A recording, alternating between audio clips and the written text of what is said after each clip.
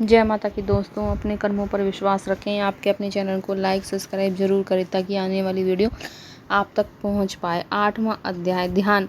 मैं सिद्धि युक्त किरणों से घिरी हुई हूँ, भवानी का ध्यान करता हूँ। उनके शरीर का रंग लाल है, नेत्रों के करुणा लहर रही है तथा हाथों में पाश, अंकुश, बाण और धनुष शोभा पाते हैं। ऋषि बोले, चंड और मुंड नामक दैत्यों के मर जाने तथा बहुत सी सेना के विष्ट हो जाने पर दैत्यों के राजा प्रतापी शुंभ के मन में बहुत क्रोध पैदा हुआ। उनसे दैत्यों की संपूर्ण सेनाओं को युद्ध के लिए प्रस्थान करने का आदेश दिया। वह बोला, आज उदयायुध नाम के 86 दैत्यों के सेनापति अपनी सेनाओं के साथ युद्ध के लिए कूच करें और कुंभू नाम वाले दैत्यों के 84 सेना नायक अपनी अपनी सेनाओं से घिरे हुए यात्रा करें। 50 कोटि वीर कुल के और 100 कुल के असुर सेनापति मेरी आज्ञा से सेना सहित प्रस्थान करें। कालक, मोरे और काल के असुरों की लड़ाई के लिए तैयार हो रही मेरी आज्ञा से तुरंत प्रस्थान करे। भयानक शासन करने वाला असुर शुंभ इस प्रकार आज्ञा दे शस्त्रों से बड़ी बड़ी सेनाओं के साथ युद्ध के लिए प्रस्तुत हुआ। उसकी दैत्य भयंकर सेना को आती देख चंडिका ने अपने धनुष की धनकार से पृथ्वी और आकाश के बीच का भाग गुंजा दिया। राजा तरंदर देवी के सिंह ने बड़े जोर से दहाड़ना आरंभ किया। फिर अंबिके ने घंटे की आवाज से निनाद को और अधिक बढ़ा दिया। धनुष की धनकार, सिंह की दहाड़ और घंटे की ध्वनि से संपूर्ण दिशाएं गूंज उठी। उसी भयंकर शब्द से काली ने अपने विकराल मुख को बड़ा कर लिया तथा इस प्रकार विजय हुई। उस घोष को सुनकर दैत्यों की सेनाओं ने चारों ओर आकर चंडिका देवी, सिंह और काली देवी को क्रोध पूर्वक घेर लिया। राजन, इसी बीच असुरों की विनाश तथा दैत्यों के अभुयुद्ध के ब्रह्मा, शिव, कार्तिकेय, विष्णु तथा आदि देवों की शक्तियां जो अत्यंत पराक्रम और बल से संपूर्ण थीं, उनके शरीरों से निकलकर उन्हीं के रूप में चंडिका देवी के पास गई। जिस देवता का जैसा रूप था वही वेशभूषा और वही सवारी है, ठीक वैसे ही साधनों से संपन्न हुई शक्ति असुरों से युद्ध करने के लिए तैयार हुई। सबसे पहले हंस युक्त विमान पर बैठी हुई अक्षसूत्र और कमुंडल से शोभामान ब्रह्मा जी की शक्ति उपस्थित हुई, जिससे ब्रह्मा जी कहते हैं। महादेवी जी की शक्ति वृषभ पर आरूढ़ को हाथों में श्रेष्ठ त्रिशूल लिए, महानाग का कंकड़ पहने, मस्तक में चंद्र रेखा विभूत महापहुंची। कार्तिकेय की शक्ति रूपा जगदम्बे उन्हीं का रूप धारण किए श्रेष्ठ मयूर पर विराजमान हो हाथ में शक्ति और दैत्यों से युद्ध करने लगी। इसी प्रकार भगवान विष्णु की शक्ति गरुण और आरूढ़ को शंख, चक्र, गदा तथा खंडक धारण किए हुए वहां आई। अनूप यज्ञ भारे का रूप धारण करने वाले श्री हरि शक्तियों की भारे शरीर धारण करके वहां उपस्थित हुई। नरसिंह शक्तियां भूप नरसिंह के दृश्य शरीर धारण करके वहीं आईं। उनकी गर्दन के बालों के झड़कते आकाश के तारे बिखर पड़ते। इसी प्रकार इंद्र की शक्ति व्रज हाथ में माथे गणराज ऐरावत पर आसीन हो आई। इसके शस्त्र नेत्र जैसा इंद्र रूप है वही उसका भी था। तदनंतर उन देवों व देव शक्तियों के घिरे हुए महादेव जी ने चंडिका से कहा, मेरी संतुष्टि के लिए तुम शीघ्र ही इन असुरों का विनाश करो। जब देवी ने शरीर के अत्यंत भयानक रूप और परम उग्र चंडिका शक्ति उत्पन्न हुई, जो सैकड़ों गिदड़ियों को भांति शब्द से करने लगी, उसी अपराजित देवी ने धुमली जटा वाले महादेव जी से कहा, भगवान आप शुभ निशुभ के पास दूत बनाकर जाइए। उन अत्यंत घमंडी दानव शुभ और निशुभ से कहिए, साथ ही उनके अतिरिक्त जो दानव युद्ध के लिए वहां उपस्थित हो उनको भी वहां संदेश दीजिए। दैत्यों, यदि तुम जीवित रहना चाहते हो तो पाताल को वापिस चले जाओ। इंद्र को त्रिलोक का राजा मिल गया है। देवता यज्ञ भाग का भोग करें। यदि अपने बल पर घमंड से चूर चूर तुम युद्ध करना चाहते हो तो आ जाओ।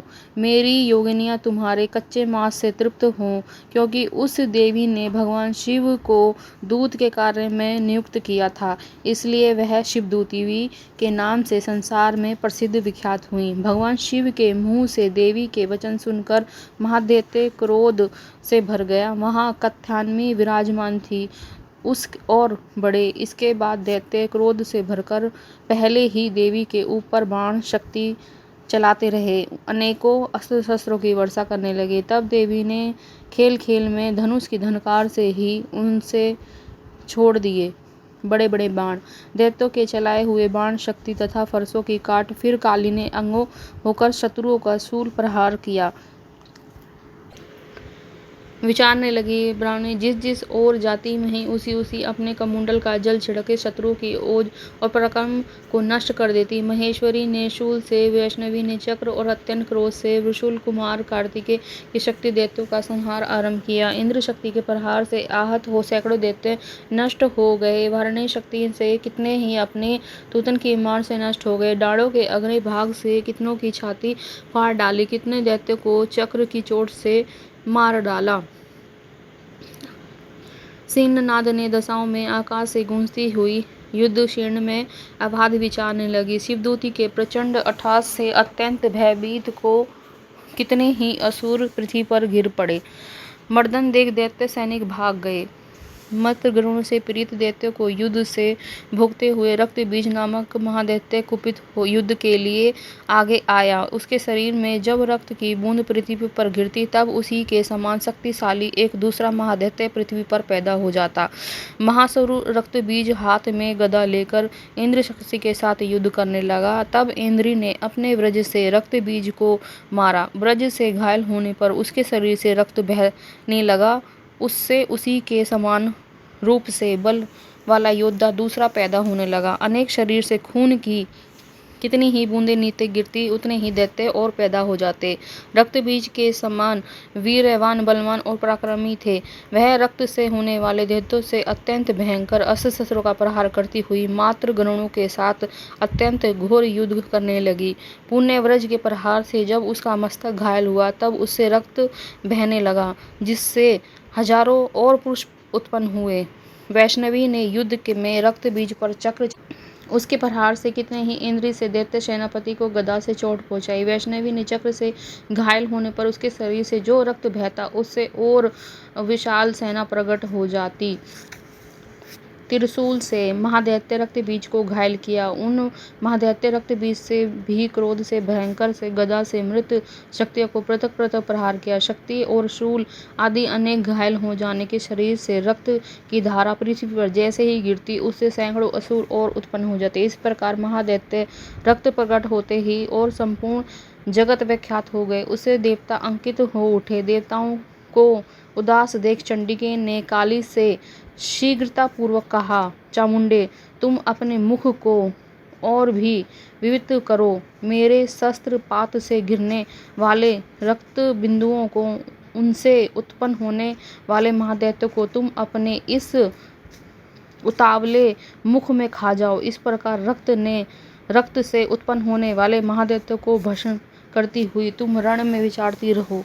ऐसा करने से उस दैत्य को सारा रक्त समाप्त हो जाने पर वह स्वयं ही नष्ट हो जाएगा।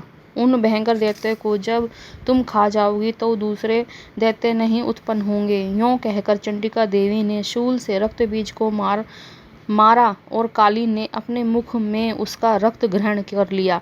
तब उसने चंडिका पर गदा प्रहार किया, किंतु उस गदापात से देवी को तनिक भी वेदना न हुई।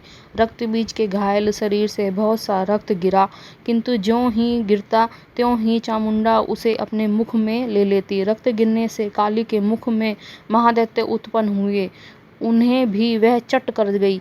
उसने रक्त बीज का रक्त पी लिया। तदनंतर देवी ने रक्त बीज को, जिसका रक्त चामुंडा ने पी लिया, ब्रज बाण खंडक तथा आदि से मार डाला। इस प्रकार शस्त्रों से समुदाय में घायल एवं रक्त बीज हुआ महादैत्य पृथ्वी पर गिर पड़ा। इससे देवताओं को अत्यधिक प्रसन्नता प्राप्ति हुई और मर्त्यगण उन असुरों के रक्तपात से मद में उद्धत होकर भगवान सब खुश हो गए। जय माता की दोस्तों।